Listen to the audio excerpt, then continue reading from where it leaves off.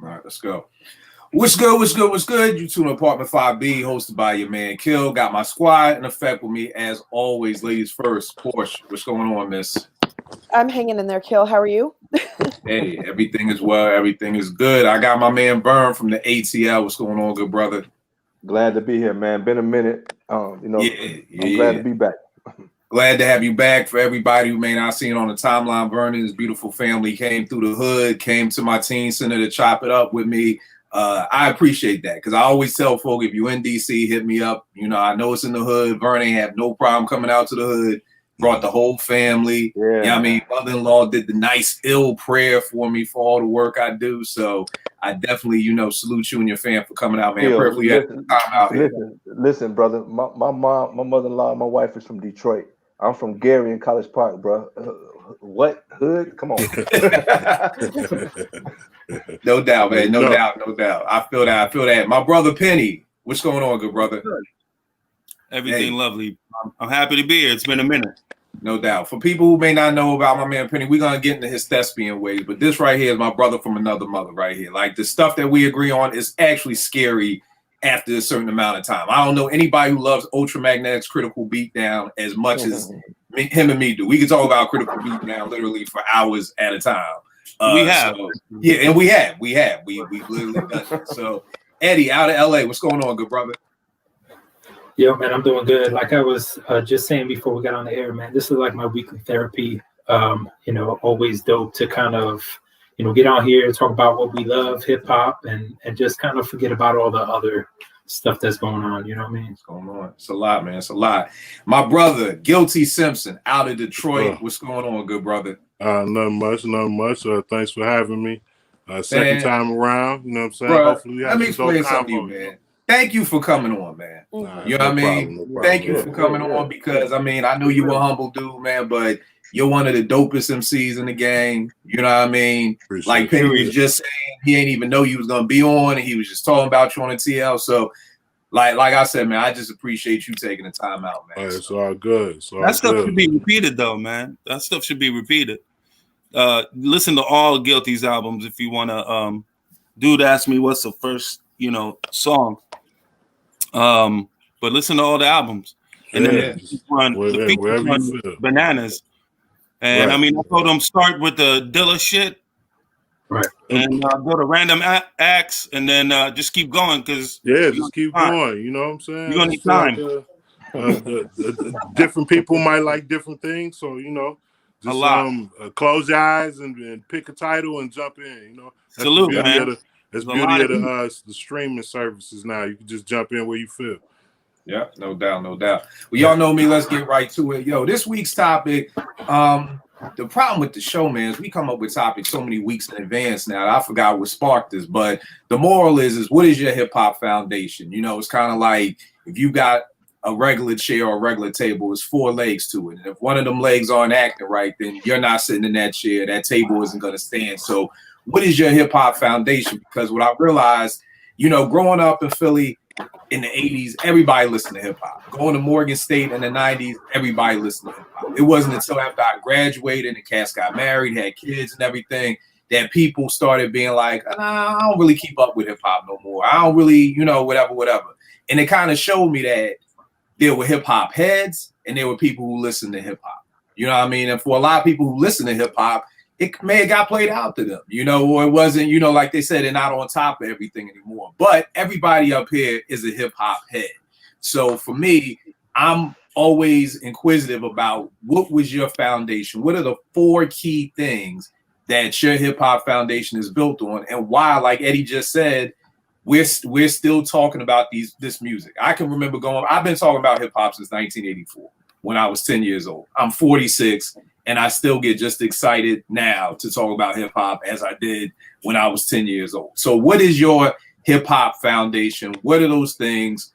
Porsche, as always, ladies first. What is one of the 4 things that you has made you love this culture and everything about hip hop? So one of my things is, and to me, this is probably, I would say it's probably the most important thing, is the creativity between the MCs and the producers. And what I mean by that is that painters paint on canvas, and yes, they're creative, of course, it's art.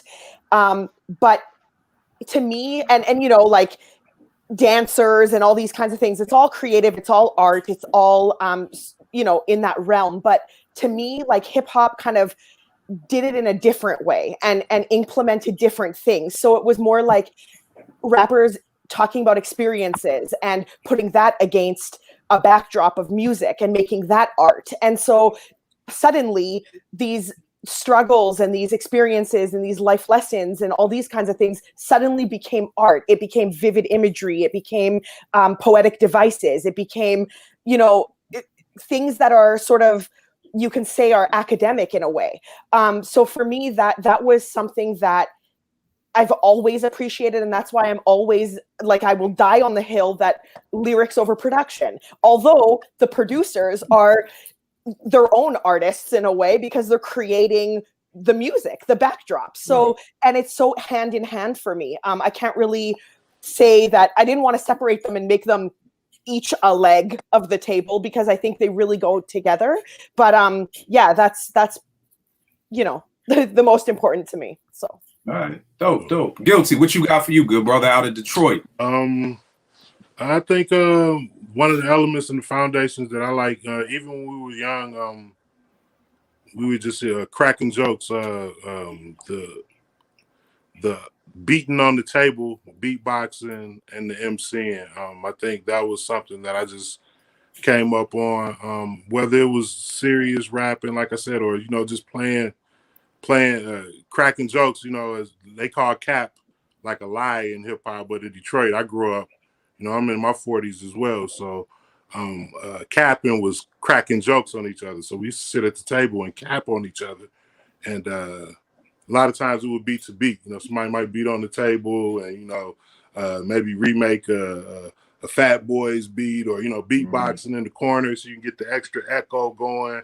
You know what I'm saying? And people just really exchanging rhymes and representing where they were from and their block and stuff. And you know, that was, you know, in my opinion, that was before, you know, people had the resources to make beats and different things like that. It was like an instant jukebox, you know what I'm saying? You had the homie that was ill, whether he was beatboxing or whether he was on the, you know, beating on the table with his knuckles, you know, making different kind of sounds of percussion. That's always something that resonated and hit home with me. I mean, even to this day, a hip hop track that might even have minimal music but heavy on the beat can always hit home with me. You know, even like an NWA Compton's in the House, you know, that beat was just so ill to me. It was no music to it, you know, or, you know, clips grinding, you know, beats like that will always hit hard to me because it was heavy on the percussion. It kind of takes me back to the element of beatboxing and beating on tables, you know. Yo, what's so dope about that, man, is you're 100% right. Because in Philly, it was my man Gary. Like, you always had one cat in the crew who was like, oh, yo, Gary, give me a beat. And he'd get on a car or whatever and just, you know, start getting busy. You know what I mean? Right, and it was riding that. Like, y'all on the beatbox, y'all can't rock without me. You know what I mean? Right, for sure. You know, that's dope. And it was also dope is different in every place. Like, in Philly, we called that bussing on each other. You know, so it's funny that Detroit is capping and Philly is busting. Vern, what was it in ATL or in ATL is Joan and Gary Chicago is jiving. Okay. So just the fact that it's always something different. Bagging or ragging. Okay. Yeah, bagging and ragging. I've heard all the different terms, but I've heard it from different cultures. But you know, like from here, it definitely was capping. You know what I'm saying? And you know, dozen sometimes people refer to. Isn't that the original term, snapping? Yeah, probably that might be the most old like one that I can think of. From way back, like, you know, from the OGs, snapping. I think that's what it was. What was it in Brooklyn, Eddie? Yeah, snapping.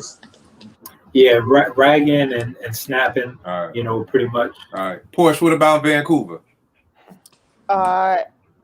We don't have. Porsche, we ain't do that shit. Yeah, we didn't do that kind of stuff. I think it was just, I think we stole ragging. I think. I have no idea. Vancouver's Canada's lame when it comes to hip hop. Come on now. No doubt. Penny, what's one of your hip hop foundations, good brother? Okay, so we're going one at a time. Yeah, one at a time. All right, cool. You know, I think the reason we see eye to eye on a lot of shit is because we're the same age. And I started really getting into hip hop, understanding what it was, that it was different when I first heard it, and I was 10 years old. And the song is hard to bring it up just because of different shit that's tied into it. But it was Planet Rock. It was the first joint that I heard, and I played these to this day to my kids, and they break to it. That takes me back to being that kid that really heard something new and infectious, and my cousin who can break a little bit better, stealing some of his moves and having a routine we had a routine to I Feel For You. Okay, the Shaka Khan joint. Yeah, man. I even remember the beginning. I'm not doing any of that shit right now.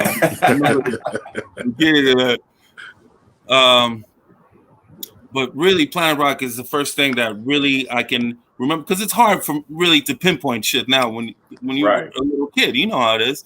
I mean, but it really comes down to that song as one of those things, because I need some breakdance. I need to watch something. Like the other night I watched Star Wars because my wife fell asleep watching some other shit, and I put it on, and she wakes up when she heard Scheme talk about the train, the sample from Restoration, because she know the song. Right. We did 2 whole cars last night. 2 whole cars. Me, Dez.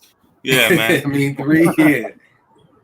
So that to me, the beginning, the breaking is something that's still important to me, even though, as we discussed ad nauseum, that element has been left off the table a long time ago. Right. But I practiced it for a little bit until I got too big, and that's when beatbox kicked in. All right. No doubt. Eddie, what you got for yours, good brother? All right, so the first one I'm gonna do, because this is one that's been fresh in my mind lately, is hip hop being the voice of the people. And so what I mean by that is hip hop is always speaking on things, whether it's social issues, whether it's speaking on what's going on in the streets, what's popular, whatever. But it really is the voice of the people. And since this show is about the culture, I feel like if you're about the culture, you really listen to hip hop, and you should be hearing, those things that are important to the culture, relevant to the culture. So I think these days when you hear an MC, either an MC who's fraudulent, who's not who they say they are, fronting, whether, bragging about doing street stuff that they never did. The listeners, people that are part of the culture, like it's easier to identify a fraud in that way. But really, as it relates to today, the voice of the people is, all the stuff that's going on. I think we had a conversation. We might have even had a show about this. 2020, it took months before we heard MCs really addressing, like in large groups, really addressing the stuff that's going on in this year. I think we had a couple early in this year. We had Add2 dropped an album that was kind of socially conscious and stuff. But so much to talk about that's relevant this year. We finally got a lot of MCs talking about it, but then we had a lot of MCs that just kind of whatever, act like the stuff ain't happening. And to me, that kind of strikes a chord with me, All right, no doubt. It's funny because I want to, just because something you said, Eddie, I want to throw a quick audible real quick. Authenticity. This was something that came up on the timeline last week. And we're not even this is going to be quick, yes, no answer, just, but I was thinking about it. Somebody was saying, Kill, why with hip hop does everything have to be you rap about? You mean what you rap about? And I was saying, well, the hip hop I grew up on, it was supposed to be a reflection of you. You know what I mean? Which to me, was that's part of my foundation. That's how I was raised. So, and then people like, yo, you really think Pusha sold all this drugs and all this? And I'm like, look, I believe in embellishment. To me, there's embellishing and then there are lies. Do I think Jay-Z was moving so much weight they sent the National Guard to go get him? Like he said in Streets is Watching? Probably not. I don't think the National Guard went to go get Jay, but I'm sure Jay sold drugs. Was Pusha T the Greek? Probably not. Maybe he was Bodie, but he was in the game. So that's different than me than straight up and down lying. If I get on the timeline and I'll tell you I'm from Philly, I hosted a hip hop show and I work in one of the worst hoods in DC, working with kids at a teen center, and you find out it's all a lie, y'all gonna feel some kind of way, right? Right. Like Vern, if I tell you come out to my teen center and you pull up to some nice spot, you know what I mean? Like you like, okay, you said this was one of the worst hoods in DC. Like you would feel some kind of way. So how important is authenticity to you? Like, is it okay if someone embellishes? I grew up in the hood, so I'm used to niggas lying. So maybe that's part of my problem. So I've had people say, yo, I got jumped by 10 dudes. It was only 5, but at least you still got jumped. Like, I'll give you a pass for embellishing, but if you tell me you got jumped at Broad Army and nothing happened to you at all, that's totally different. So, Vern, how important is authenticity? Doesn't have to be a long spill, but if you find out that Jay is a straight up and down liar, or, you know, is there a difference between embellishing and lying to you? Is it all the same? Do you even care? And not now, but like, when you were in love with hip hop, like, because I know now we're all old and it's like, yeah, whatever, like wrestling is fake. But I'm talking about when you really love the fucking Road Warriors and the Rock and Roll Express and Dusty Rhodes, like those days of hip hop, where you would have been upset if your favorite MC was not being authentic. Yes, I'm glad you better be glad you said that part, because Right. It's different. Like, I know wrestling is fake now, but when the Road Warriors was whooping Nikita Koloff and Ivan Koloff's ass, like, you could not tell me wrestling was fake. Porsche, what about you? When you were in that deep love for hip hop, would you have been upset if you found out, I don't know, Big Daddy Kane wasn't from Brooklyn, or, you know, I don't know, like just something about your favorite rapper wasn't being authentic? I mean, I'll be quick with it, but like if they're repping somewhere and they have no idea where that place is, like, yeah, I feel some kind of way. But if you're telling me you're selling drugs, but you're not really selling drugs, like, I don't really care. So there's levels to it for me. I don't really like, but blanket statement, I don't really care. All right. What about you, Guilty? I think ultimately is what you claim to be. I mean, I think if you're an MC and your foundation is creativity, so to speak, I think you have the ability to rap about anything you want. You know, I think if you take more of a gangster angle, or, you know, kind of like a street angle, I'm sure it's, you know, with MCs, even with myself, it's embellishment to it. I might tell you in a rap, I got enough artillery to back down a police station. We all know that's not true. You know what I mean? Like, you know, some of my favorite raps in the history of rap, I Got It Made by Special Ed. We knew he ain't have no hours. He didn't have all that. I knew he didn't. Right. It was the ambition to achieve that was enough for me. And it's dope as he packaged it within his rhymes. You know what I'm saying? You know, it didn't matter if it was real to him, so it felt real to me, if that makes sense. You know what I mean? So it doesn't always have to be about your current state. Sometimes it's just about your state of creativity, what wavelength you're on to come up with these incredible rhymes. But, you know, if you are really hanging your hat on word for word, these rappers being everything they say that they are, is probably not a truthful rapper around, if you want to break it down like that. You know what I mean? But if I'm a tough guy in the streets and everybody knew me as a tough guy, you know what I mean? I could say anything on the record and nobody would question it. You know what I'm saying? So I just think most rappers embellish their rhyme, add embellishment in their rhymes. And if they are saying that they don't, I think they're being dishonest. You know what I mean? That's what I think. I agree. What you got, Ed? You mean Ed don't own a percent of Tahiti?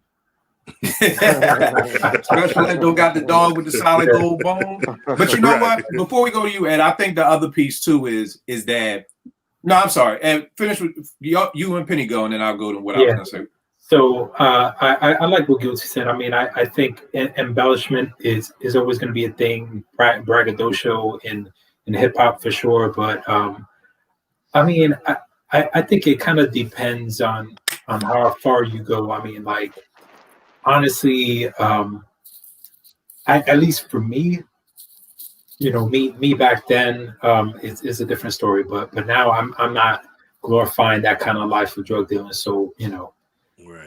I don't care too much about it. Like if you sold, if you made small deals or if you claiming to be, a big drug kingpin, like obviously we all know, like you ain't, a drug kingpin. But there's more things, I guess. When I'm thinking authenticity, I mean, kind of like you're like what Kill said, like if you're talking about certain things or a place where you're from and you're not even from there, or you're pretty much just like or even someone who has their rhymes written for them, portraying this image, and you got ghostwriters. So not only are what you're saying lying, but it ain't even coming from you, Right. So Right. there's layers to it to me. I feel you. And what about you, Penny? I like what Guilty said. I mean, as an MC, I mean, I'm not an MC, but as an artist, you're a representation, of yourself. You're the product. You're Right. what you're talking about. Wit is a big part of rap. So you're gonna squeeze a bunch of magnificent shit in wit, and that's how you display it, and that's the beauty of it. But the true representation of yourself is like, rest in peace, Ruck, whom Guilt worked with. I didn't need to see him give somebody a 2-piece to know that he'll do that shit. Right. And Right.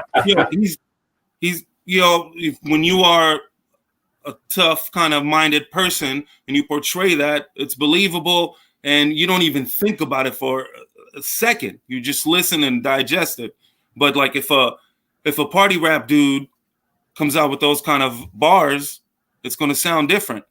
And Right. going back to what you said when talking to Vern is, yeah, definitely back then I had a lot more strict, narrow, view of all this, because I was like, a pretty hard head myself. So I was like, really, you doing this? Okay.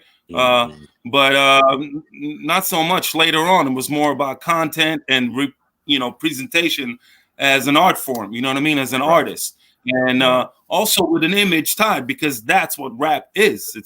It's different than anything else. And that's why that's why we question image of rappers. Nobody talks about how tough Bruce Springsteen is and shit like that. You know what I mean? Right. But that's what it is. We got to live with that. Right.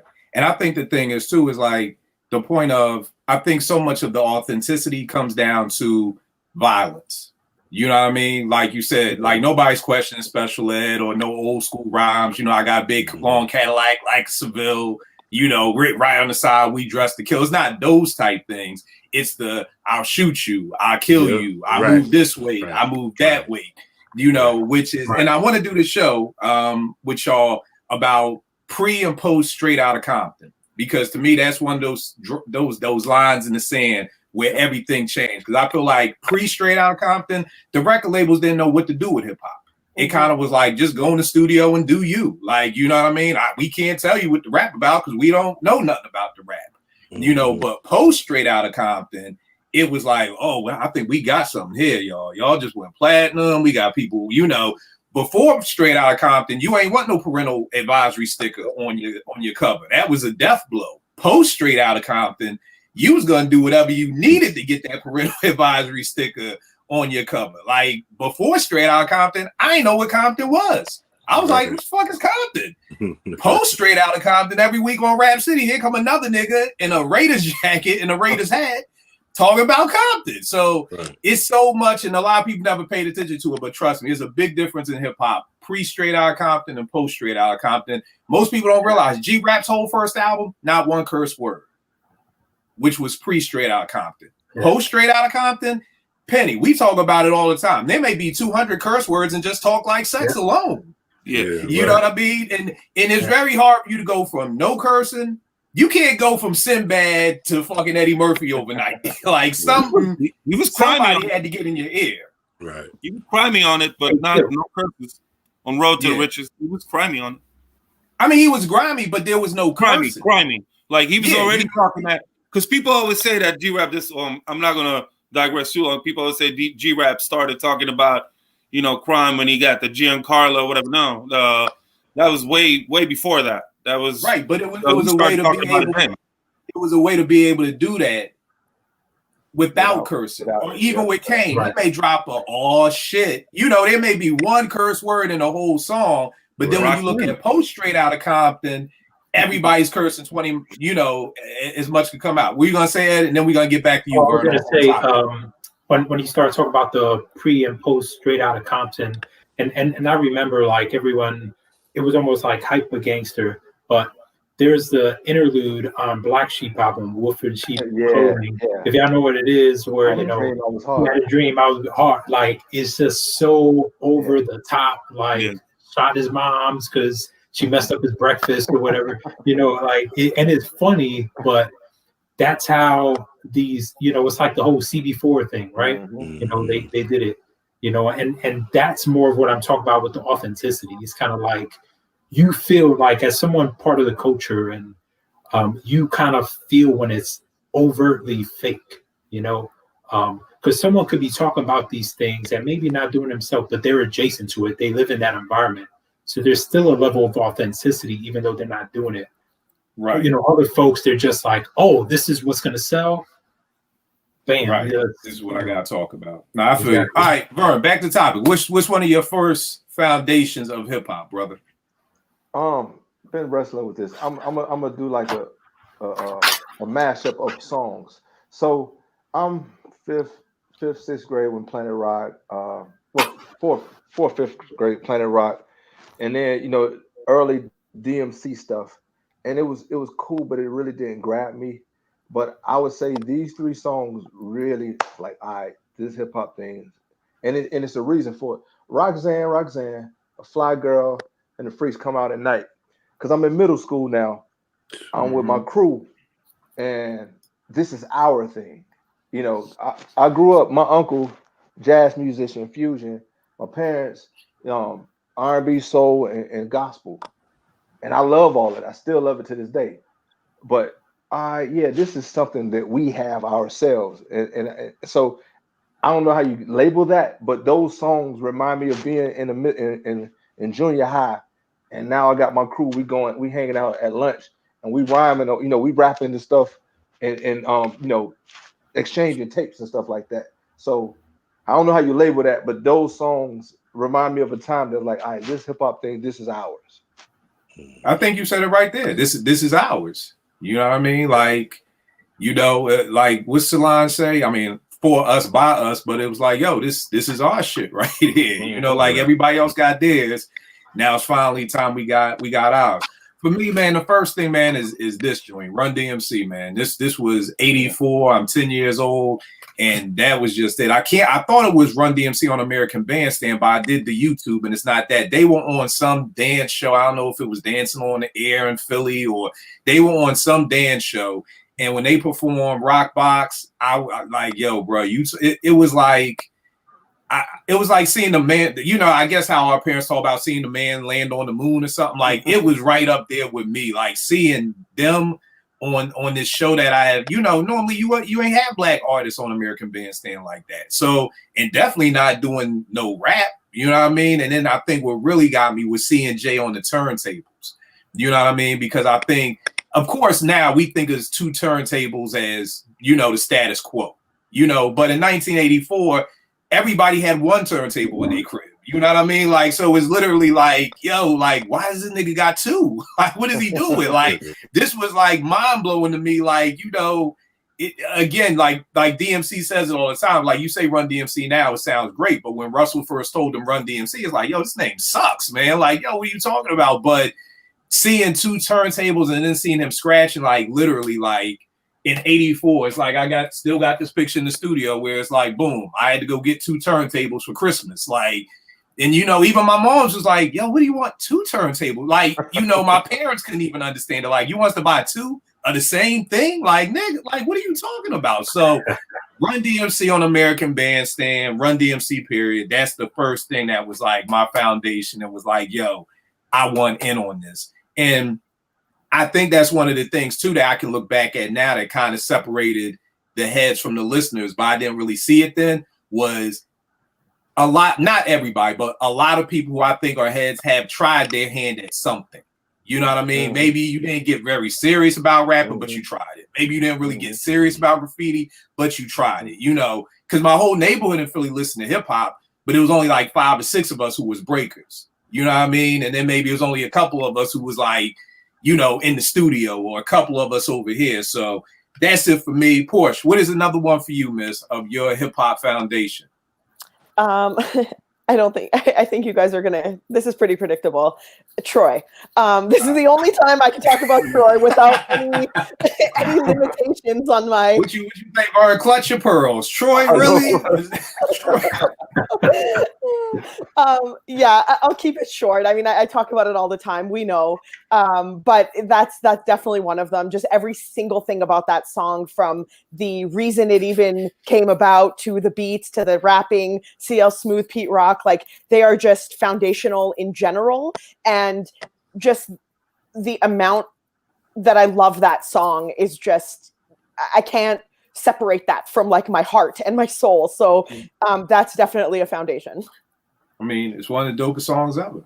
I mean, it's one of those joints, like, I think, well, I know for me, I can remember where I was the second I heard it, and I heard that horn, and I was like, yo, like, that just caught me from the door. Like, the beat ain't even have to drop. CL ain't have to say a word. Just as soon as I heard that sax, I was like, whoa, the fuck is this? So definitely one of the dopest. Guilty, what's another one for you, good brother?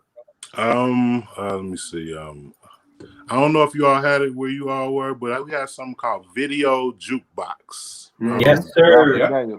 Yeah. It came on TV. It was like a jukebox of videos, you know, so you were able to see the video. They had a little the numbers and everything. You could see the little sample joints. You could pick it, you know what I'm saying, and call it in and request it, and you just sit and wait on it to come in. Sometimes more people will request it, so sometimes you would get the same video like almost back to back. Sometimes the way it was, you know, like it would literally, if you ordered it, they would give you your spin of the song, regardless of how many times it's been playing. But anyway, for the people, the younger people that might be watching, that might be kind of like hard to grasp. But at that time, that was like everything for us. You know, we would call in and run up phone bills. Your home phone wasn't no cell phone, so you was running up your home phone bill, requesting these videos. You just get a small dosage of hip hop. But what I did like about it was a combination of songs from different regions. You know, we had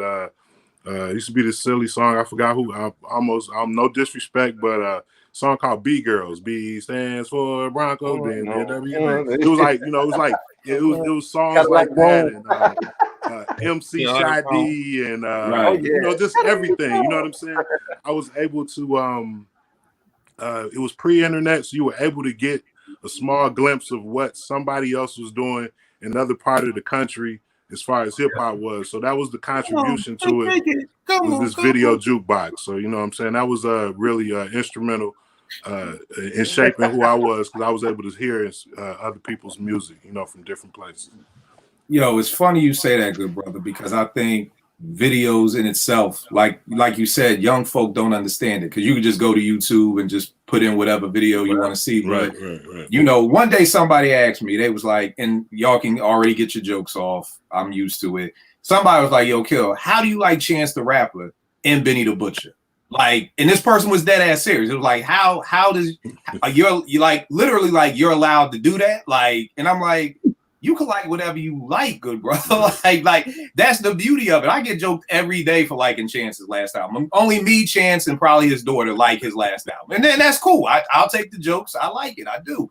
But the thing that I'm always telling people with things like Friday night videos and Yo MTV Raps and shows like what you just talked about, Guilty, we had to sit through so many other genres of music just to get to the one rap video. So I can remember staying up all night Friday night to see the Beastie Boys Fight for Your Right to Party video, but I got to learn about the Eurythmics. I got to learn about Men at Work. I got to learn about Duran Duran. I got to see all these other genres of music. I was telling the young boy, like, that's what y'all generation is missing, because if truth be told, if we could have just got through all them white groups and just went straight to hip hop, we probably would have done that. Yeah, we would have for We sure. would have just went straight to it, but we did. We had to sit through it, and it's like that's why I have so much love and appreciation for those groups. Culture, Duran Duran is one of my favorite groups, hands down. Any genre of music, I love Duran Duran. Rio is one of my favorite albums. No Way Rio is one of my favorite albums. If I could have just skipped over every other video,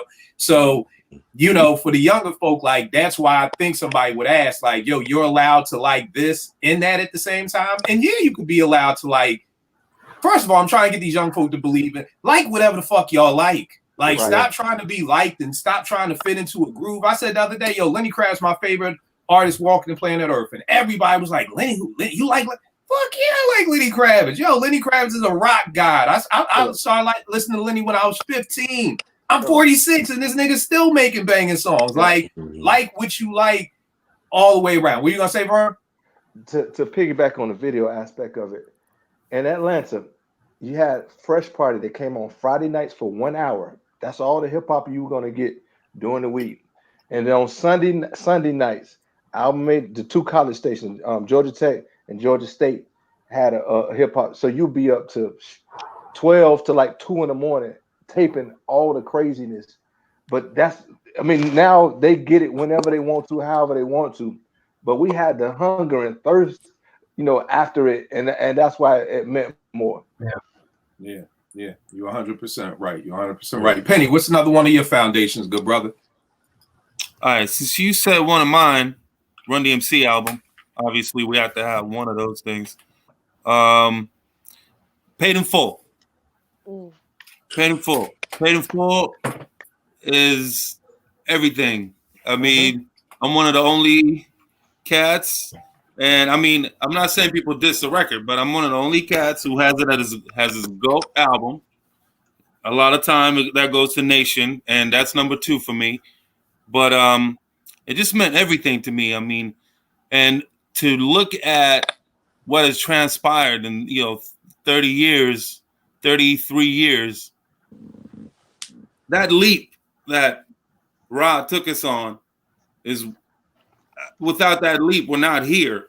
We're not having these evolutions in rap. Without that leap, I think to me that's still the biggest leap from the DMC. I'm not saying LL wasn't there, but Ra to me represents that beginning of the Renaissance of what the next 87 to 97, people argue about the chunks of years or whatever. I mean, for me, it's 88, but you just pick a year. And it's in that album. And, when it's not even just the first record, because, I mean, I heard it on K-Day. I heard it on the radio, Eric B. is president. But what blew my mind was melody.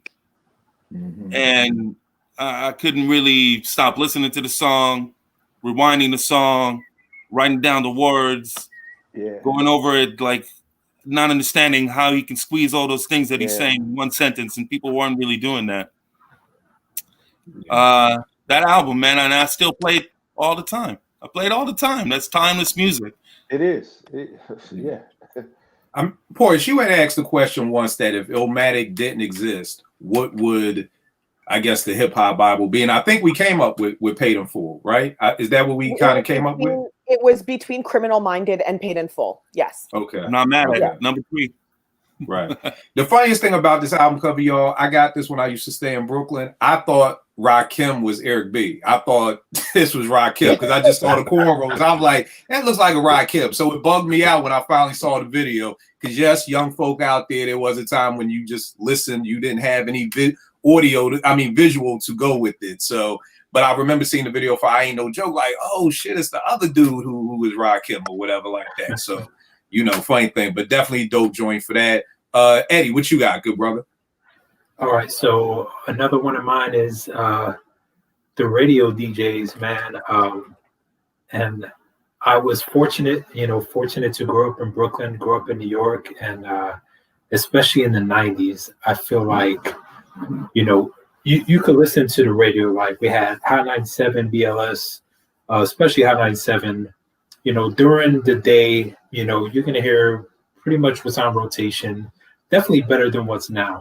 But I would stay up for late night, stay up for those special, either like the 5 o'clock traffic jam or like the late night DJs, like the special mixes where you'd hear, unreleased stuff. You'd hear, like freestyles. You'd hear like low key stuff that wasn't on rotation. Maybe music that was more underground that you haven't heard yet. And really that's what wound up putting me on to a lot of stuff. And you had we had so many dope DJ. From Red Alerts to Funk Master Flex to DJ Clue, Cypher Sounds, like the names go on, but definitely staying up, listening to them DJ mix, or if I can remember, I definitely set my tape deck to record. Yeah, man, that was it. That kind of, I feel like that's really kind of grew my love for hip hop even more. Because when you're kind of waiting around to kind of here's something that you may not have ever heard of before. Maybe it's something you heard of before, but the mix is totally unique because they're doing, mixes on the radio, doing blending, taking vocals from here and there, blending two songs, it's just incredibly dope. That's dope. Vern, what's another one of yours? Man, so to piggyback, I mentioned the song of Fly Girl is one of my songs that really sparked my love. So I moved to Atlanta in '86, 9th grade. I get to Lakeshore High School in East Point, Georgia. I remember assemblies. So Hell yeah. we had an assembly. Yeah, we had an assembly. The seniors sit on the floor, freshmen on one corner, sophomore block. The Boogie Boys are at my high school. I'm from Gary. All right, it ain't like it's just Beirut or nothing like that, but I really wasn't exposed to a lot of stuff. So I moved to East Point College Park. You got debutantes and D-boys all in the same school, and so I'm like, man, I tripped my daughter out because I told her I had classmates that got cars for Christmas. What? Wow. I mean, that's Eastern Airline parents that So you got money and you got hood at the same time. Anyway. We get to the assembly and the freaking Boogie Boys do a concert at my assembly. I like, man, thank you, Dad, for moving me to Georgia. We're in the gym, bro, doing a prep, just killing it. So that gave me the first time I saw a hip hop group live. Mm-hmm. That summer, every summer, my sisters would go back to Gary, but I stayed. So for a whole week, usually I'd be at the crib by myself in an apartment complex with thousands of people. You fill in the blanks. So it was love, bro. The Omni, my first rap concert. Run DMC, LL Cool J, Public Enemy, Salt and Pepper, Jazzy Jeff, Fresh Prince, Houdini, and I want to say Eric B and Rakim were there, but it might be a mash of 2 years because I went there one year, did the next. But be that as it may, bruh. That's why when people talk about Jazzy Jeff Corny, nigga, y'all ain't never seen Jazzy Jeff burn down the stage in the Fresh Prince, burn down the stage doing brand new funk, and so the live shows, man, ain't if you know, because I wasn't a big LL Cool J fan till I saw that fool in concert, man. He was the man. Yeah. So live shows is one of the things that grabbed me. And so even years later, man, I saw what's the name of the group from Detroit? Come on, man. Elzai and Slum Village. Slum Village opened for De La Soul when the Grind Day album came out. Man, me and my man up in that mug, I'm 30 something. We rocked out to like 3 or 4 in the morning. And I was so hurt the next work. But man, it was like ecstasy. It was heaven. So just a live hip hop show ain't nothing like it. So I mean, I could name a whole bunch of other concerts I've seen. I'll just do this one. I saw Kane maybe 10 years ago. It was Kane, Light, a bunch of the old school cat. Man, Kane burned down the stage. So a live hip hop show is one of my elements. Oh yeah, No doubt, no doubt. It's funny, me and Ed was talking last night, and it was like going back to the how can you like Benny and Chance at the same time. I was like, bro, here's the crazy thing. There used to be rap shows like NWA, Too Short, Kid and Play, Jazzy Jeff and Fresh Prince, and Big Daddy K. Now, how the hell is NWA and Kid and Play on the same bill? And have love for each other. And it's sitting there, you know, in each other's flinch. Yep. Yo, I'm a fan of your music. I'm a fan of your music. Again, everybody didn't have to be, you know, I call it the 40 and blunt hip hop era, like around 92, 93. Like once we got to that era, that's like Penny, you talk about breaking getting played out. That's when all dancing got played out. Because I always tell niggas if Illmatic drops in 90 instead of 92, 93 or 94, you got Jungle dancing on stage. Nas got dancers the same way G-Rap had the Chosen few dancers. You know what I mean? Nas would have had dancers on stage, but he came out during the 40 and blunt era, so he had niggas just on stage in fatigues and 40s and blunts. You know what I mean? So it's like hip hop got so hard that you couldn't even dance no more. You know, we took it from breaking to, you know, scoop and scrap to now just doing a two-step, and we still ain't never came back to just doing a two-step. You know what I mean? So because hip hop been so hard, but I definitely feel you on that, Vern. The next joint I got for me is Beat Street. Yo, Moms took me to see this movie, and I don't think there's a movie in the history of cinema in my life that I have watched more than Beat Street. Like I think I don't know. I honestly don't think Naomi watches Beat Street all the time. Like it literally is like a staple because it represented everything for me. It represented me wanting to be Lee. You know, I can remember me trying to get sideburns like Lee when, you know, I was in the fourth grade. Like, I wanted to emulate everything Lee did. The denim jacket with the graph on the back, like everything Lee did. Then it was Kenny. I wanted to be the DJ. You know what I mean? And Ramo, I'm failing math in fifth grade because all I do is just do graffiti in my book all day. You know what I mean? Like, so it just Beat Street. I mean, to this day, I could sit there and me and Nate was watching it one day, and I'm literally telling her every move from the battle at the Roxy. I'm telling her every move, like he about to do this. Watch Crazy Legs. Watch this, babe. Like I could tell you every scene from that movie. So just Beat Street is just, you know, seeing Dougie Fresh. You know what I mean? Doing a Christmas rap joint. You know what I mean? Yeah, not knowing at the time that's Mo D. You know, when Mo D is coming out with Wild Wild West, not realizing that was him in Beat Street doing the jingle jangle joint. You know what I mean? Like, you know, and then again, Ramo's one of that's one of them deaths that hurt, bro. Like, bro, I was in that movie at 10 years old crying like a baby. Ramo and Cochise, man, you would have swore we went to school together because those two deaths hurt. So definitely that for me. Porsche, what's your third joint? I'm gonna say Rap City. I know we talked a little bit about you know, shows and stuff like that, but Rap City, I talk about this often. Hip hop was just hard to come by in where I grew up in Canada, and I remember Rap City would come on like very late at night. Like I think it had like either it was the midnight to 12:30. Oh, you said Rap City? Yeah, Rap City. Oh, I thought you said Rap City. I thought you was talking about the rapper. No, Rap City. Okay. On Much Music, and it had the time slot of like 12 to 12:30 or 12:30 to 1. I can't remember. And before and after was the trashiest music I've ever heard in my life, like ever, like ears bleed. And I would literally sit through this, and I had fights with my parents to let me stay up, and I had to show them on the TV guide because I was a paper back then. It wasn't a click on the remote that Rap City's only showing at this particular time. So they would let me stay up to watch it. And that I recorded on beta, like the older guys know, on beta. All right. Beta cassettes, the videos. And then when VHS came, I was like recording. I had like probably 30, 40 videos of just Rap City episodes from front to back with the commercials, because when it wasn't on, I would sit and watch them again.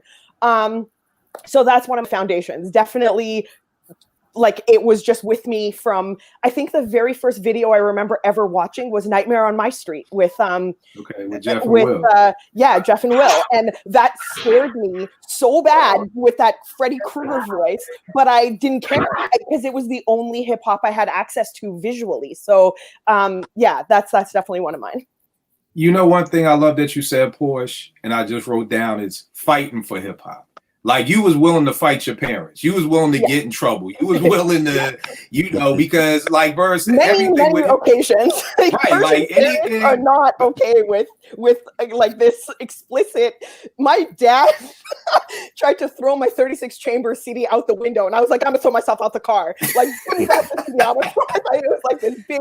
We're driving, going to a family picnic, and me and my dad are just screaming at each other like he heard the torture skit, and it was I died. Yeah. Is he dead? But I mean, that's the thing. Like, you know, all the hip hop, you had to stay up late. Like, you know what I mean? Because at the time that you know, the radio station program directors was like, you ain't getting no prime time slot. Y'all getting at all midnight. You get midnight on a Thursday. So you still had to go to school. There was a show of like punk rock, and that was like damn near an hour. And I was like, yo, like, and then I have to sit through I only get half an hour of hip hop, and like 80% of that is commercials. Please, like that was like 4 videos. You know what I mean? Like it wasn't fair. I hated it from the beginning. Whenever I think of fighting for hip hop, I think about, you know, being young and hearing Lottie Dottie and hearing the curse words, and my mom's wouldn't let me play that. So you had to I had to go with my man Kyle, who had an older brother, Walt, where we could listen to it. You know what I mean? And you be listening all quiet, you know, so nobody heard it.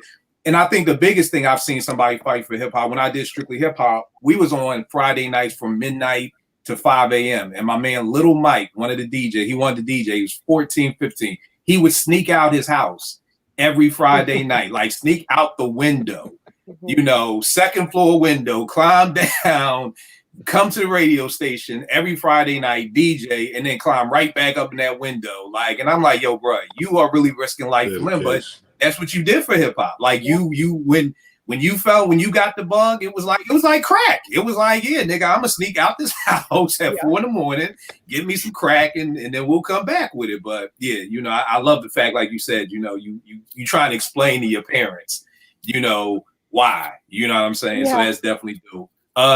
Guilty, what you got up next, good brother? Somebody mentioned it earlier, but it was something I wanted to mention. The cassette tape. That's really instrumental in my life. You know, it's kind of almost forgotten about, like the dinosaur, you know, whatever. You know, people reflect on it, and you know, the younger generation, they hear about it but rarely see it. You know what I mean? So, but the flexibility that a cassette tape gave you, you know, you could put paper in the grooves of it, tape over whatever was there previously. You could.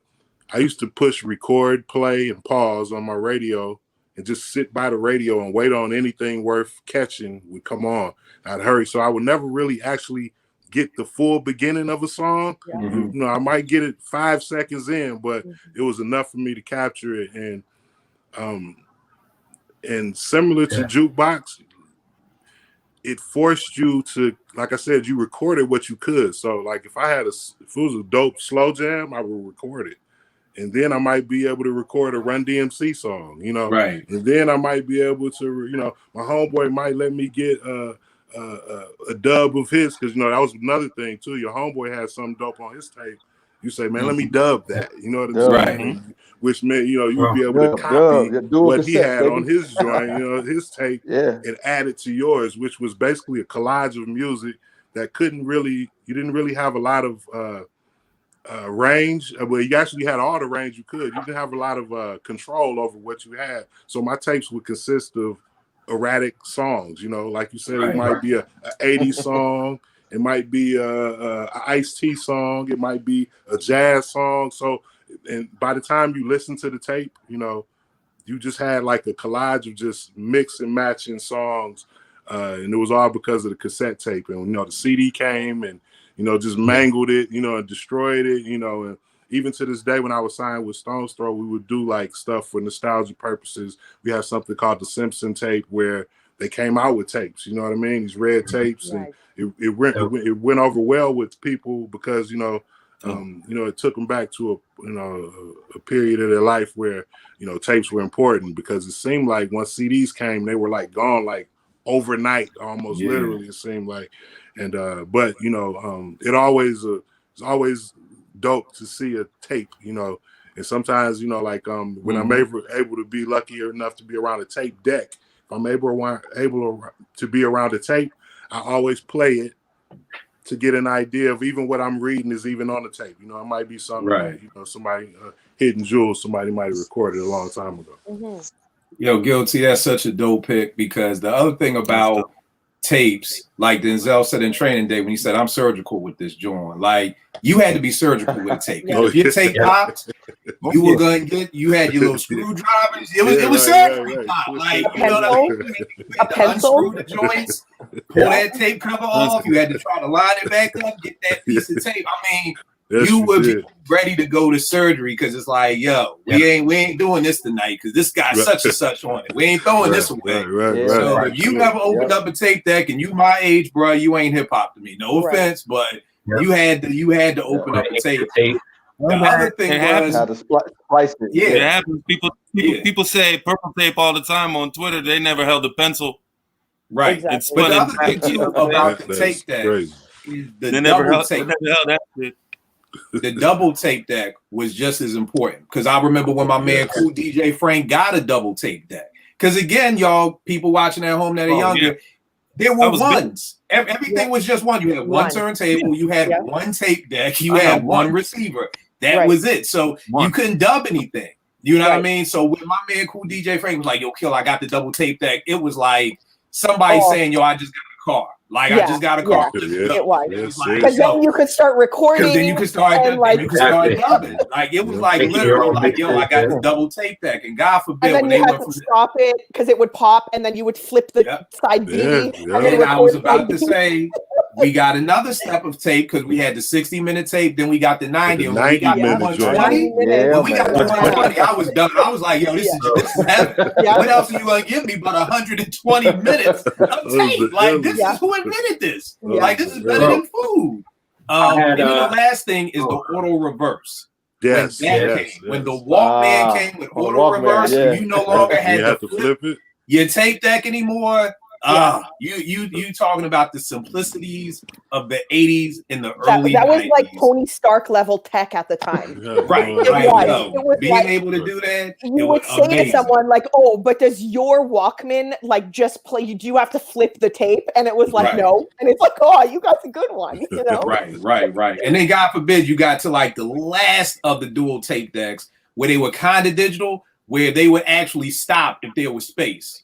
Right. I don't know if y'all remember those, because the old school joints you had to display to see before. But then like the last batch of double cassette players, if there was space in between the song, you could just hit fast forward and it would stop. Stop. Sure would. And then that was that's the level of tape deck. Eddie, what were you about to say, man? Yeah, man. Just when you talk about the 120, man, like I want to say it was probably around 96, because I had a 120. It was a red, like one of those kind of translucent red cassette tapes. And I made a Wu-Tang mix. This was around 96, because I remember I had Iron Man on there. So everything from 36 chambers, all the solos up until like Iron Man, just like made a whole mix. And man, that mix went through my whole high school probably, man. Like everyone was like trying to get a copy of that joint.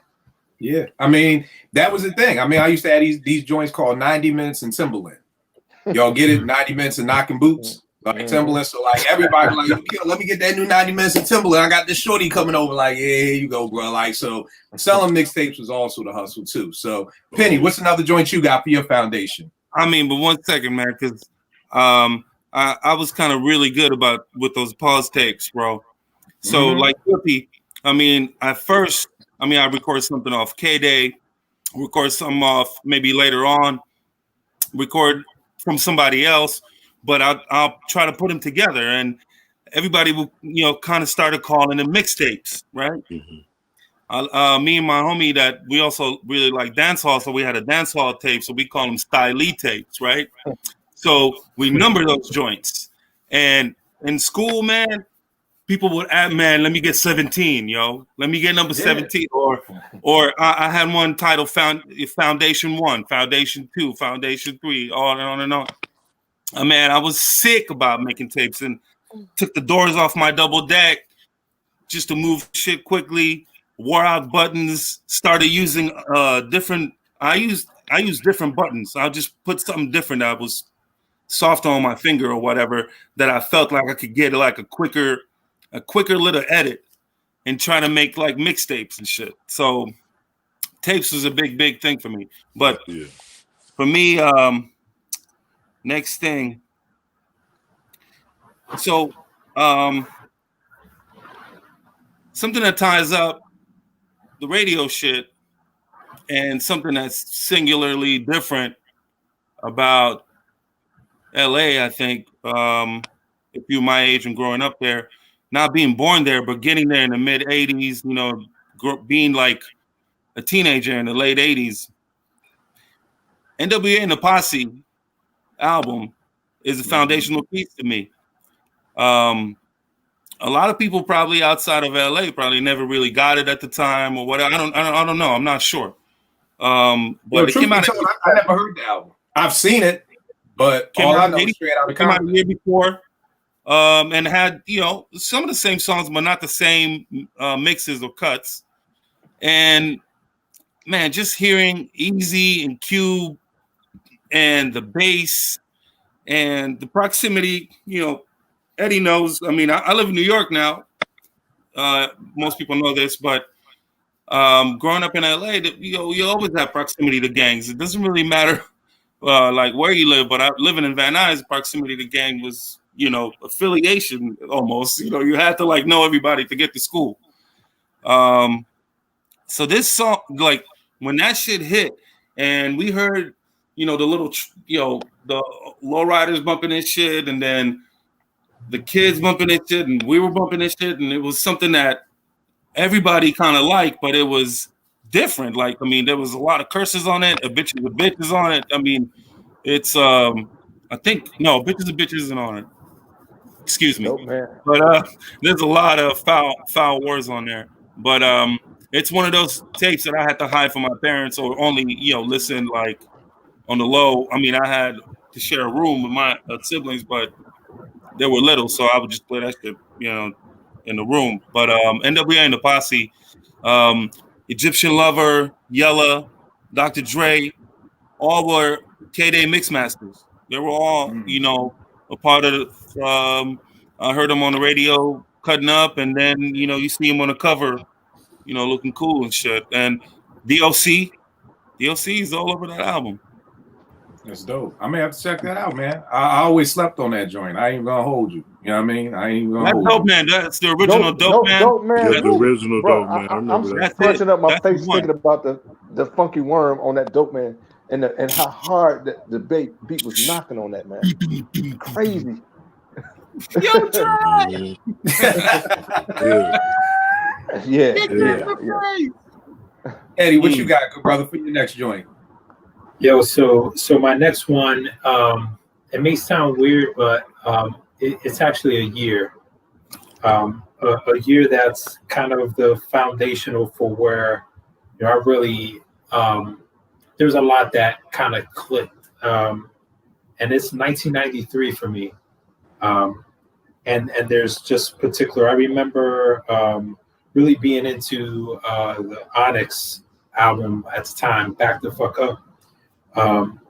That, and then you had Black Moon, Enter the Stage. You had Midnight Marauders. You had Enter the 36 Chambers. You had Doggy Style. I mean, I could go on and on, but Now tell me this, Ed. How old were you in '93? I was 13. Okay. So at that point, it was just a lot that was just clicking to me on another level. Like I enjoyed the music before. I loved the music and all that. Like, you know, even before then, like all the stuff that you guys talk about, like Lunchroom Table, like hearing certain songs, but the albums, like the first albums that really connected with me on that level like album wise, like I recall '93 being that year where it was like, oh damn, like just the love for it just grew more and more. Like especially like when you talk about 36 Chambers and Midnight Marauders and enter the stage. Like looking back, I mean, I don't think it's my favorite year of hip hop ever or the best year of hip hop ever, but might be my most influential year in hip hop for me as a hip hop fan and as a hip hop head. Yeah, that's why I asked you how old you were, so I could definitely see. I mean, I think it's a great year, and I was fucking 20. So I mean, but it's just I could definitely see how at 13, my brain was blown at 20, so I know at 13 you was just like, yo, what the, just the back of everything coming out that year had to be crazy. You know what I mean? Probably how me and Penny feel about '88 with Kane and everything that was dropping in '88. It was just like, yo, this is y'all crazy with this right here. So yeah, I definitely feel that. Vern, what you got for yours, good brother? I'm gonna give you an album that did it for me. Realistic. No, I'm gonna do that one. Say that one for last. So 3 feet high. 3 feet high and rising. Nice. All right. This might come as a surprise to y'all, man, but I ain't no gangster.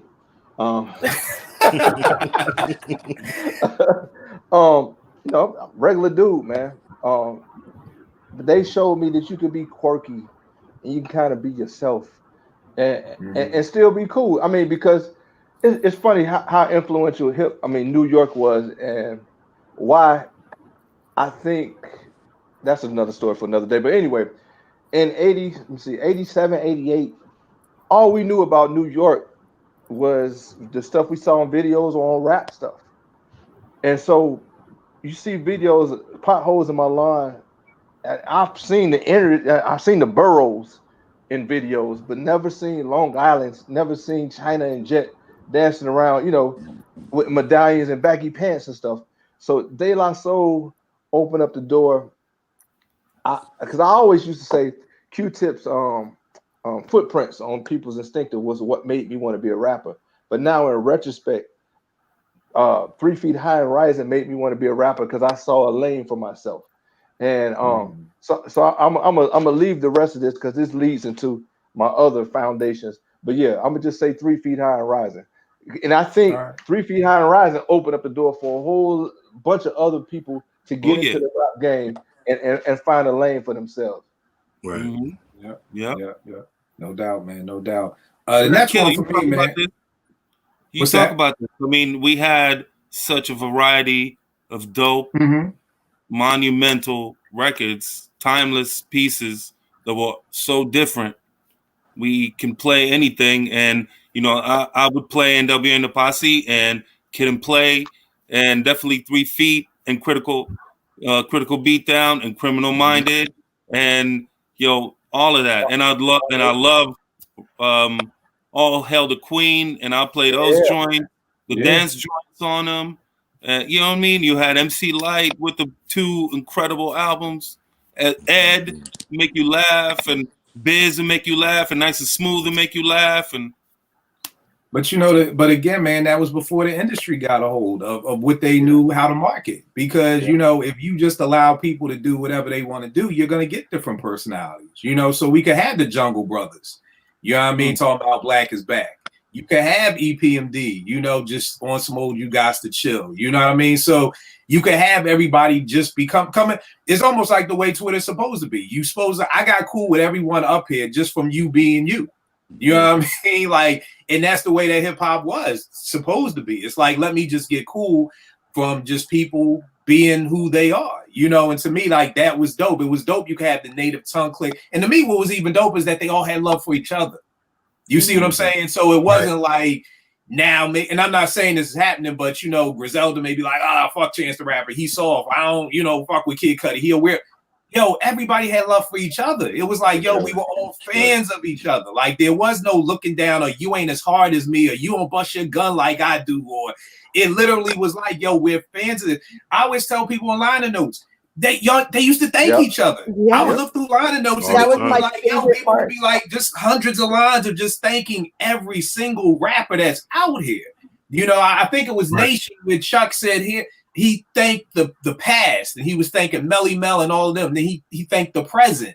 Then he was like thanking the future, Yep. like he was thanking LONS for what they're doing for hip hop. And you know, you would hear it in the rhymes. What Kane say on one of them joints, you know, while listening to EPMD, Stetsasonic and BDP, like they used to shout each other out. Where we just got to a point where, you know, again, I want to do this show for a lot of younger folk to just talk about how hip hop went through these phases. You know what I mean? And how it's not fair. And I've said this all the time because Wes said Griselda has the best hip hop discography, period. You know what I mean? And one of my people's got at me like, yo, man, what's wrong with your man? And I said, yo, truth be told, I'm not mad at that. But here's the difference. West and Griselda had the opportunity to do whatever they wanted for X amount of years.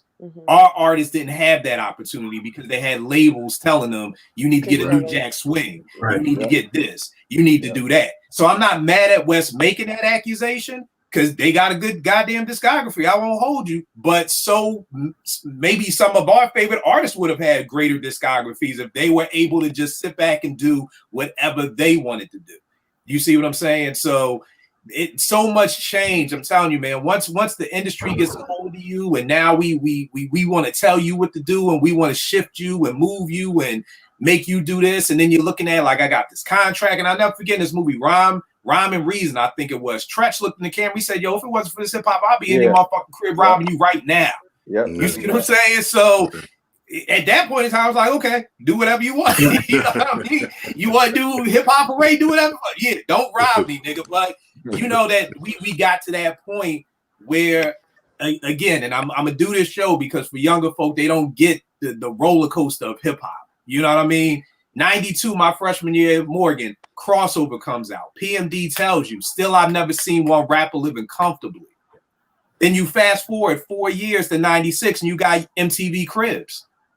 You got to ask yourself what happened during that time that you took a rap of EPMD, biggest rap, one of the biggest, if not the biggest rap group, telling you, I ain't seen one rapper living comfortably. Gangstar living with Branford Marcellus's family in their basement when Daily Operation is out. Q-Tip during Midnight Marauders still living at his mom's house in Queens, sleeping in his sister's twin bed. You see what I'm saying? So there's so much when you start peeling back the onion of what hip hop and what the industry and what A&Rs did to it. And that's why I love the 80s, because there was no A&R. You were your A&R. You got in there and you did what you wanted to do. You picked the singles. You did what you did. You know, I was reading Check the Technique. They was like, yo, we did The Bridge Is Over and took that shit straight to Red Alert. We ain't even pressed up on vinyl.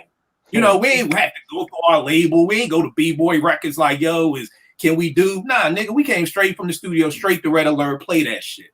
You know what I mean?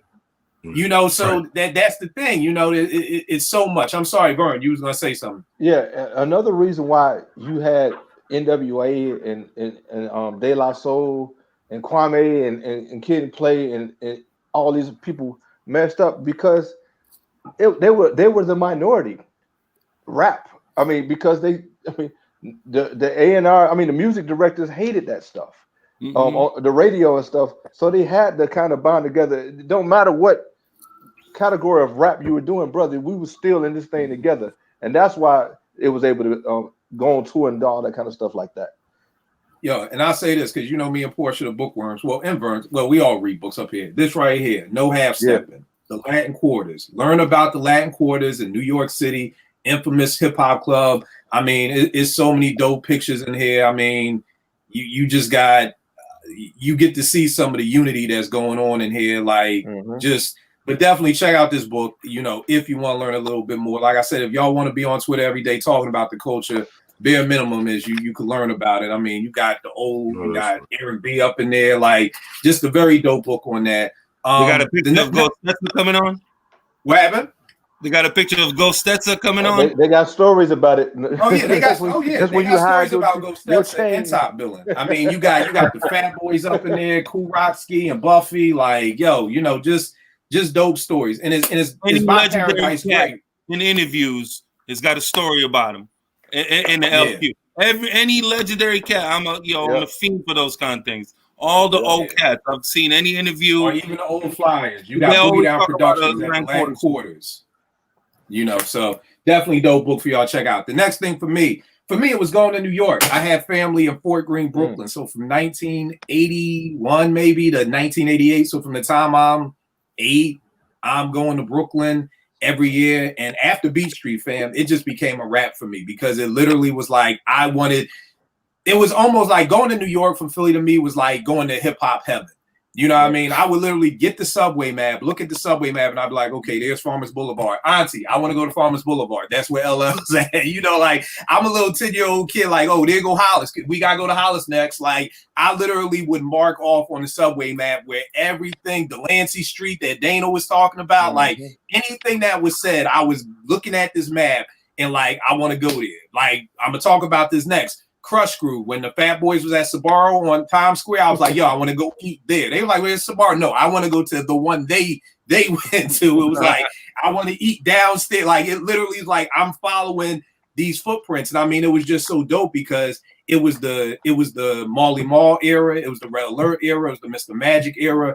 It was being able to listen to the radio and then go back to Philly at the end of the summer and play all these joints, you know what I mean? Which really sparked my love for being the first one with music. So even when I went to Morgan and was hosting 889, one of the first segments I had was this thing called Hit 'em in the Head, where you could hear all the exclusive music at 2 a.m. So people knew to tune in because coming from Philly, it was always like, Kill, what you got for us? You know, so it was like always like, yo, listen to this tape or listen to that tape or everything like that. So just going to New York. And I mean, I'll never forget, I got into my first breaker battle in New York. And like, it was like heaven on earth. Like me and my cousin, his name was MC Tax at the time. I was DJ Kill Rock.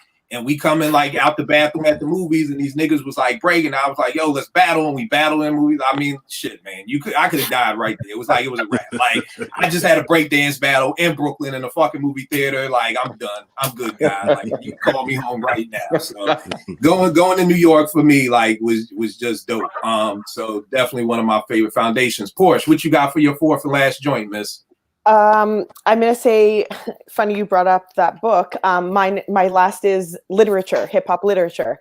I love books. I've always loved books, and then you've got so many hip hop books out there by our favorite rappers, you know, and that's just sort of an extension of the creativity and the artistry and all of that, because now they're like authors, right? Pac has a book with poems that's studied and, you know, post-secondary education. Scarface has a book about his life, like memoirs, and Rakim's got a book, and I know like they keep releasing them, and that's always a great thing because I feel like hip hop is it's a school, and it's a never ending learning, ever. Like it's just, there's so much to learn all the time that we need these. And people always ask me like, why don't you just get the audiobook? Because I want to keep them in print. It's important to keep these books in print because, I know digitally everything's digital, but it's important that these are, you know, kind of they're time capsules, and we don't know what happens digitally. So I think like the physical book is even more important than the audiobooks and the Kindles and whatever else they're available on. But that is absolutely one of my foundations. I don't know what I would do if I didn't have my library of hip hop books. Like it's one of those things where when you can't listen to the music, just open the book. It's like going into the music in a different way, so to speak. So Right. Another place of where me and Porsche always connected with books. Give me 3 dope books. Give them 3 dope books to read. If I know I'm putting you on the spot, but no. My favorite, the one that I've read the most, literally, like I read it, I finish it, and I start it again immediately, is The Tao of Wu, by the RZA. I love that book. Is just brilliant in a lot of ways. I love Rakim Told Me. That one is brilliant because it's divided up into like sections of albums and artists, and it talks a lot about the recording process, the albums. So Rakim Told Me, and the other one I would say is obviously like I don't know, Hip Hop Raised Me. that one is one that I take my time with that, but it's dope. It's very, very good. So those ones. I mean, there's a lot. I have like, I don't know. You guys see, I post pictures of my books all the time because people ask me for them. I'm always ever expanding this library. So it could be another 3 another day. So, but those are good.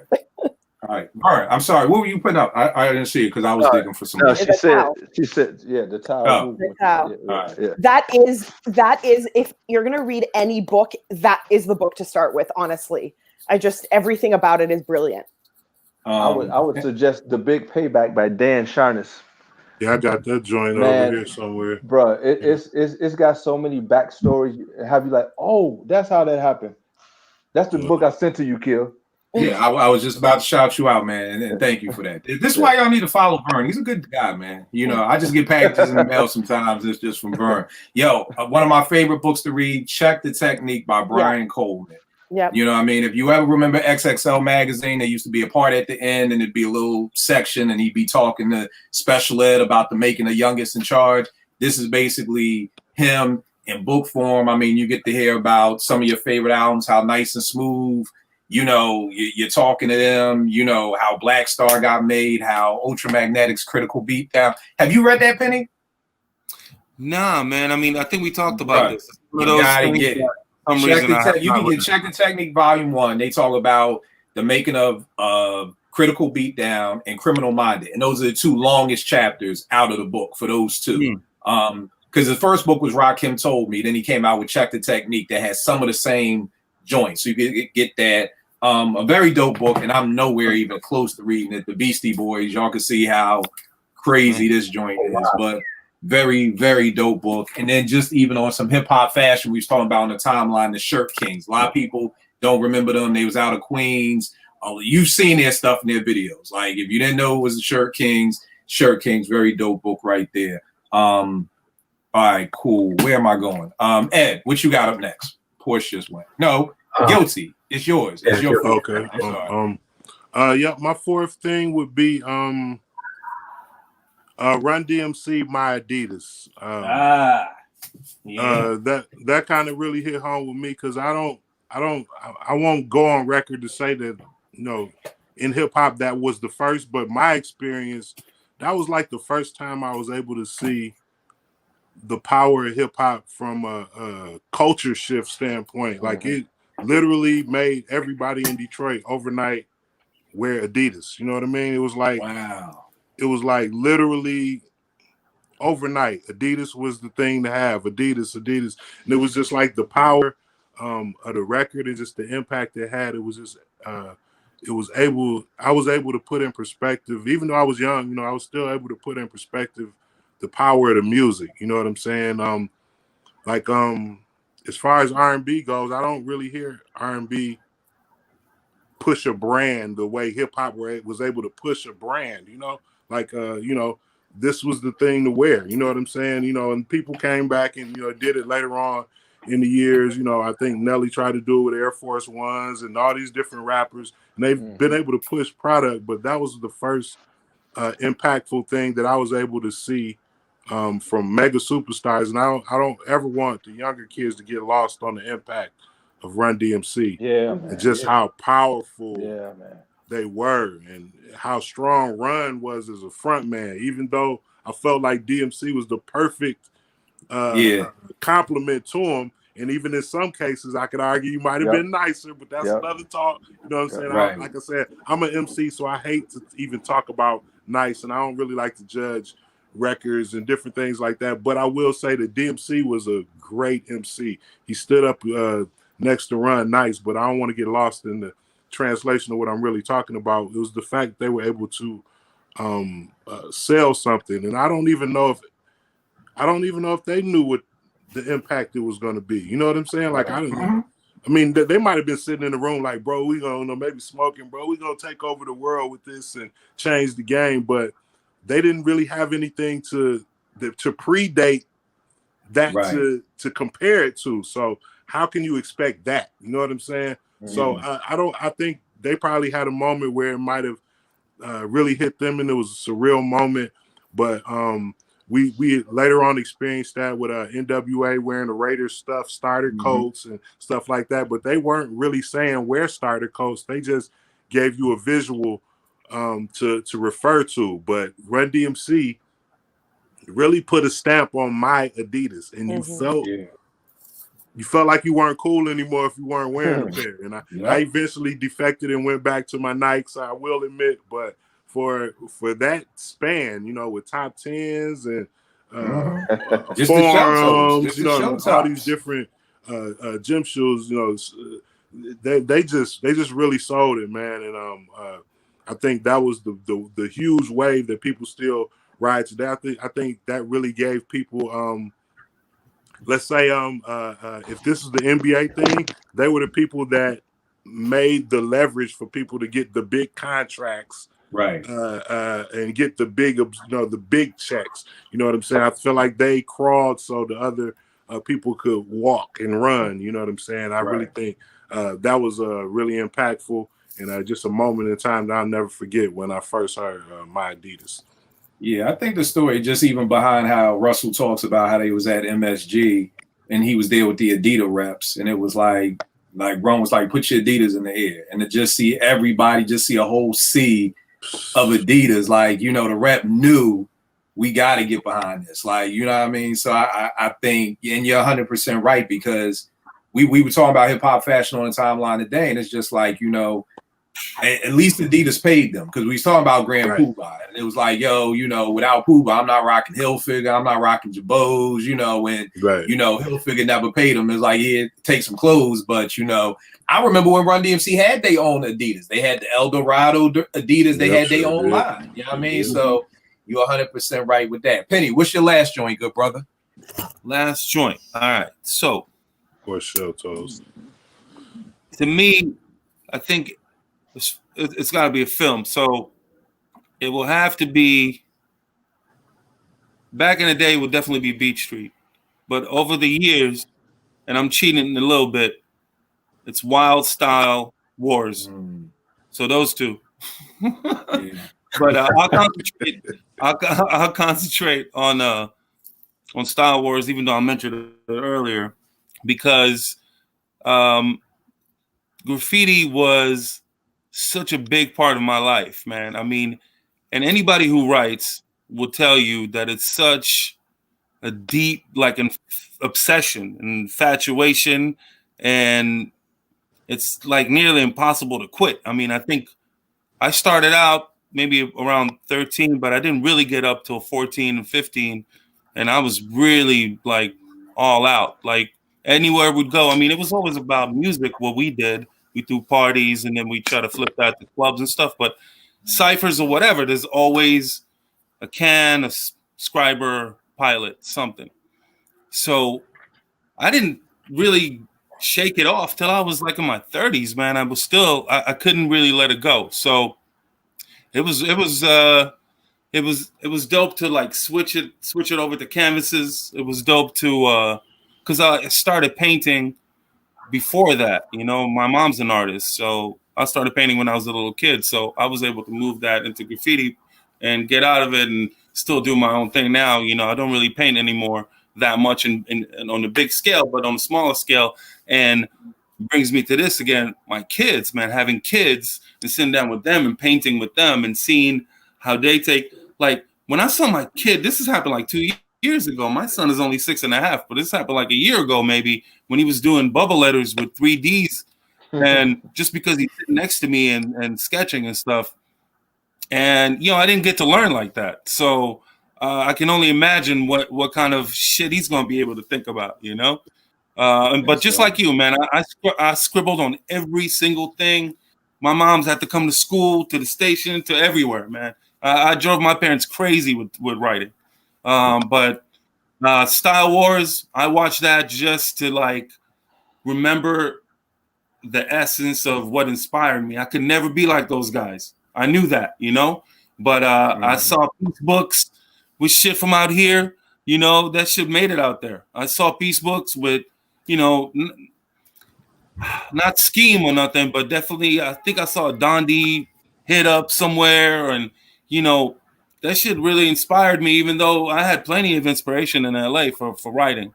But Star Wars, seeing it on PBS as a kid, or I wasn't even a kid. I saw it when it replayed, and I think I don't know, I don't remember exactly the year, but maybe late 80s or something like that. But that movie and Case 2 in that movie, the Right. cat, the one-armed cat. Yeah, dude lost his arm on the third rail. World famous graffiti cat. Is such an impressive personality that just in the hour and 10 minutes of that movie, and he's not even in the whole movie, and seeing personalities that you admire to this day, like Crazy Legs as a little kid, with the little fuzzy mustache, showing you his stops, on all the floor work and all that. It just really, again, it takes me back to why I love this and why I never stopped doing this. You mentioned a part of this is why do people stray away from this? And I don't really understand, but I mean, for me, it was never really something that even was a consideration. I don't listen to much other music other than hip hop. But you know what that is, bro? That's because it's part of you. I always tell people that's why I'm doing marriage coaching, especially about money. You pour your lemonade and your iced tea in the same pitcher and you got a half and half. I can't go back in and get my lemonade out. I can't go back. You can't go back in and get your iced tea. It's all one. And that's what it is. Like, that's what this show is about. Like, why is it a part of you? You can't separate it. Like, even when I started going to church with my wife and people in Bible study be like, you still listen to hip hop? I'm like, yeah, that ain't going to stop. I can tell y'all that right now. Y'all want to kick me out the men's ministry? That's cool. I don't really want to get up this early anyway, but I ain't going to stop listening to hip hop. I'm just not. And it would be funny because hip hop is always focused on as something negative, but then I'd be in Bible study and people are like, yeah, we about to go check out this new Chris Rock movie. I'm like, whoa, hold on.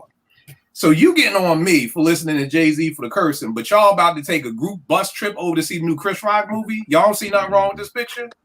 You see what I'm saying? So you can't separate me from hip hop. Like, that just can't happen.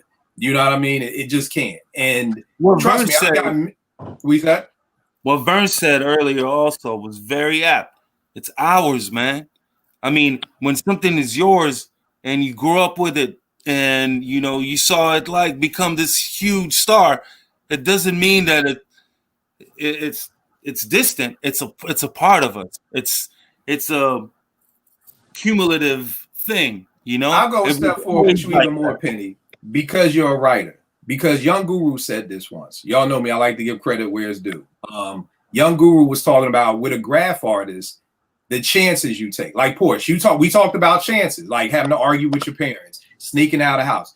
You have to go into a store and rob the store to get the paint first. So from the door, you already step one could end up. I never bought a can, and that's just step one. Step two is now we got to break into the train yards. So step two is now I could get arrested even more.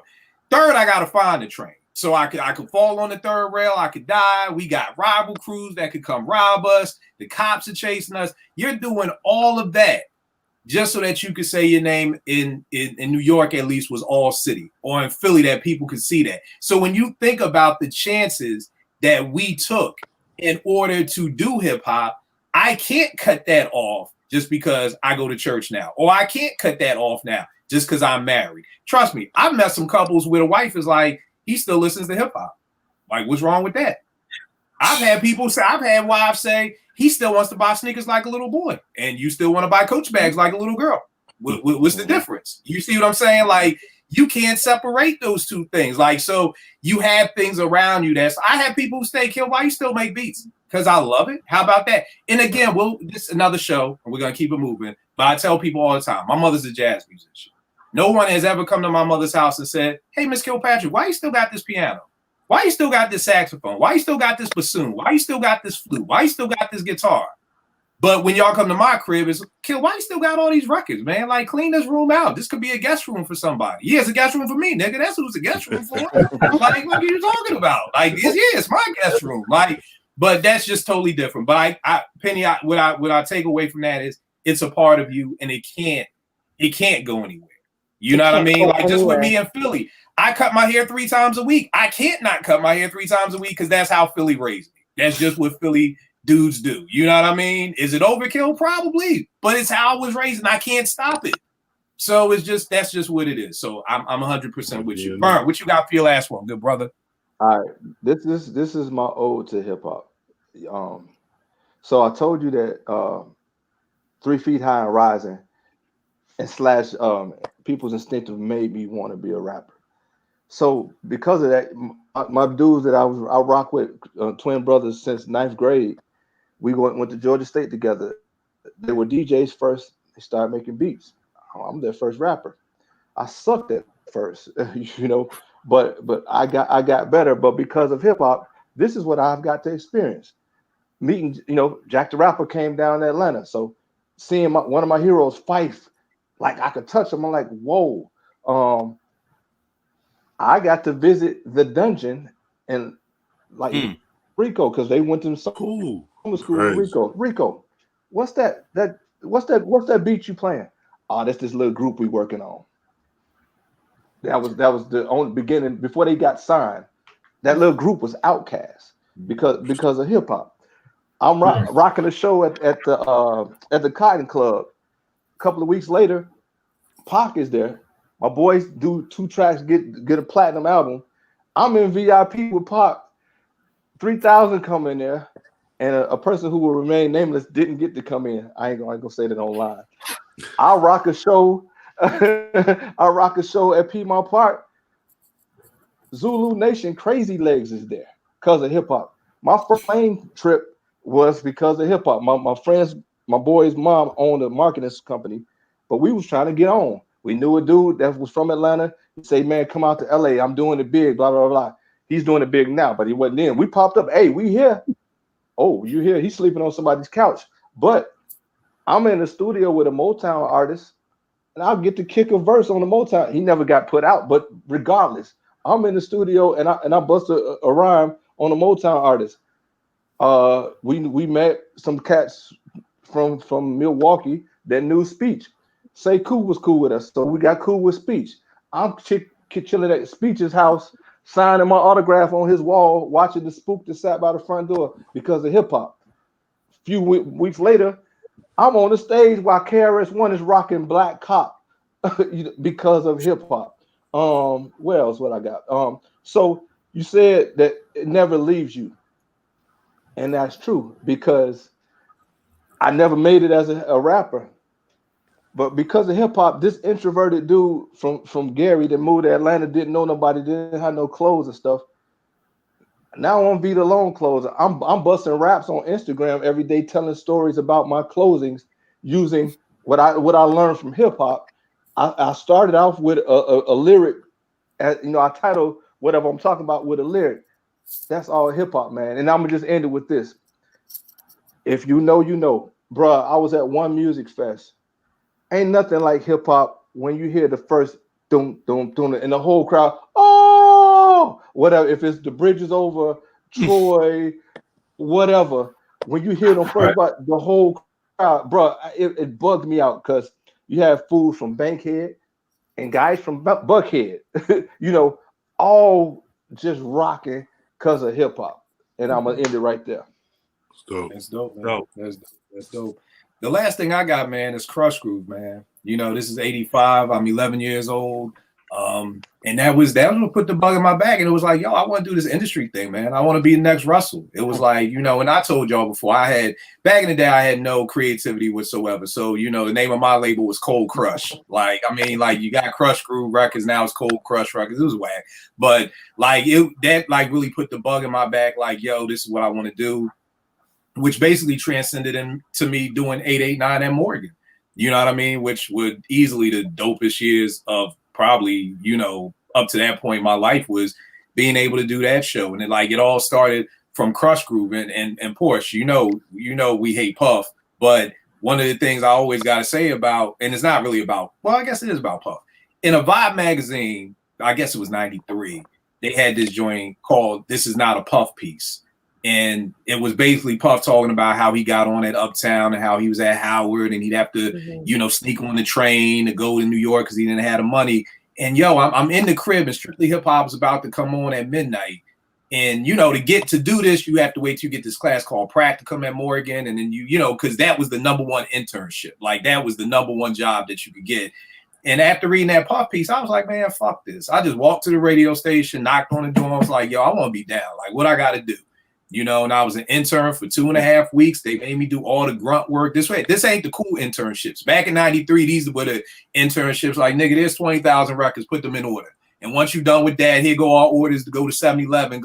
You go pay and get us all this stuff. Like, these were the grunt intern years. You know, but then in 3 weeks, like the dude who the stationer was, Vinny, he was like, yo, I'm about to roll out. And all the other people was like, man, they knew they was going to get the show. They was like, who's getting it? They was like, yo, I'm giving it to Kill. You know what I mean? And it was just like, yo, from if I don't read that Puffy piece and I don't get that oomph, like, yo, and just knock on the door and just wait to take practicum and all that. That's why I always tell people, go after what you want, man. I don't care what the blueprint is or what people say.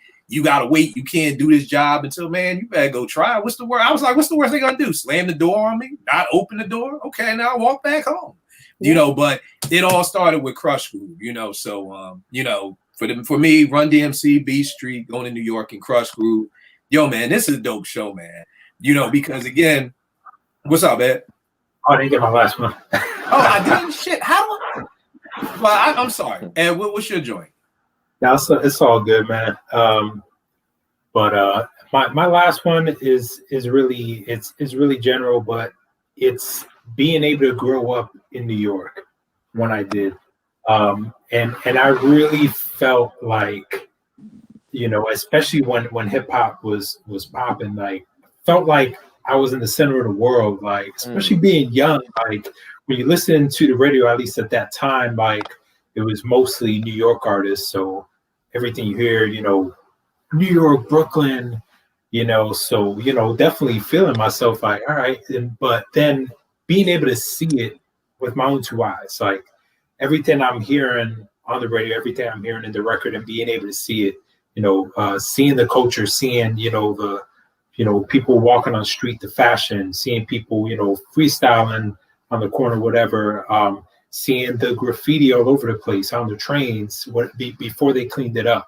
You know, and I remember overhearing older folks talk like it was such an inconvenience, but, you know, I loved it, you know, being able to walk to the corner record shops and, you know, getting all the tape. I forgot who mentioned it, but someone mentioned how making tapes and it was like I think it was Penny, right?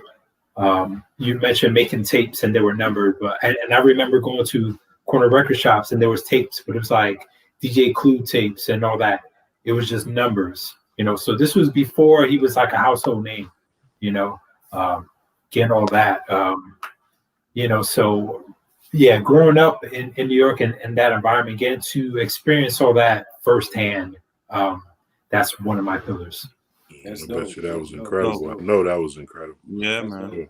And like I said, that's why I love doing this show, because it's just to hear everybody's different story. Like everybody has a different story of, you know, why we love this culture so much, why we're still here 20, 30 years later, you know what I mean? And I don't see that changing. I'm sure I'll be on my deathbed like, yo, play me some Dilla, play me Donuts or something, right, you know, like let me hear. I don't see it going anywhere anytime soon. Guilty, let them know where they could get at you, what you're working on, what's going on with Guilty Simpson, man. I'm always working on something, you know what I mean? I got a project with my man's Gensu Dean that's coming out on Mellow Music Group. Shout out to them. They put out a previous project I put out with Apollo Brown called Dice Game. So they've been dope indie label that's been making noise. So I got that going. Guilty Simpson is my name on Twitter. Also Instagram, Facebook is a name yet to be shared. I'm not sharing it. My Facebook life is private. Nice. I'm just joking. It's Byron Simpson on Facebook. I ain't tripping.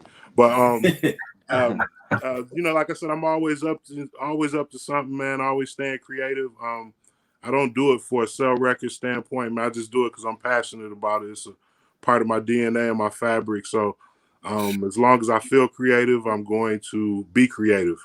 So, you know, be on the lookout, man. I got a lot more coming.